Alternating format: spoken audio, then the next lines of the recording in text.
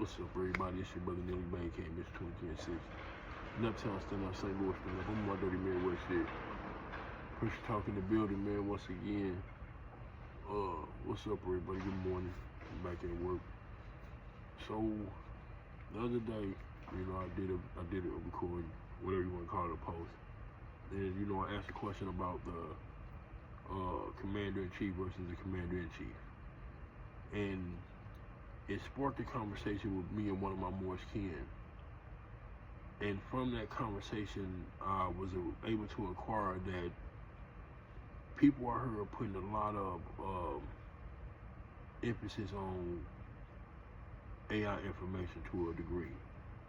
And it's taken away from, the traditional educational system that we was raised in, which ended up raising another question.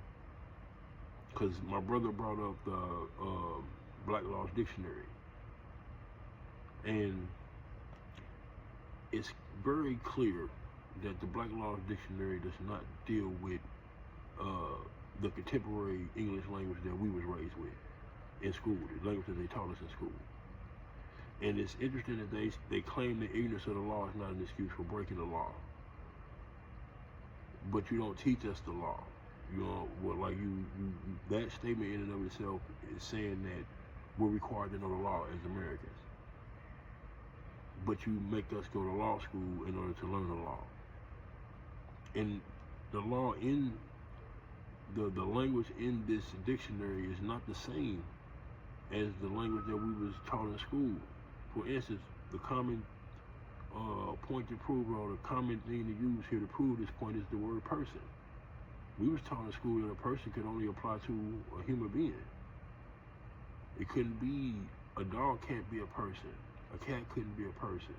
A building couldn't be a person. A ship couldn't be a person. But according to the Black Laws Dictionary, these things can become persons with full rights of a human being. That's a different language than what I was raised with in school. So how can you hold somebody accountable for being a part of a structure that they didn't consent in making? We didn't consent to be a part of that structure, to have a language used against us that we don't even understand, we've never heard before. That'll be like having Chinese leadership come over here and enforce their rules, but only speaking in their language. And we getting caught up in this and don't understand nothing they saying, but they imposing this on us. People are not gonna think that's fair. People ain't gonna want to accept that concept or that idea. So I'm just trying to figure out why it is that we take away from who we really are and utilize the education that was given to us. This is the only education that we're supposed to be using in this country, because this is what they teach us. This is the school system. So how can they use a language that's a part of a structure that we've never experienced? Like, make this make sense.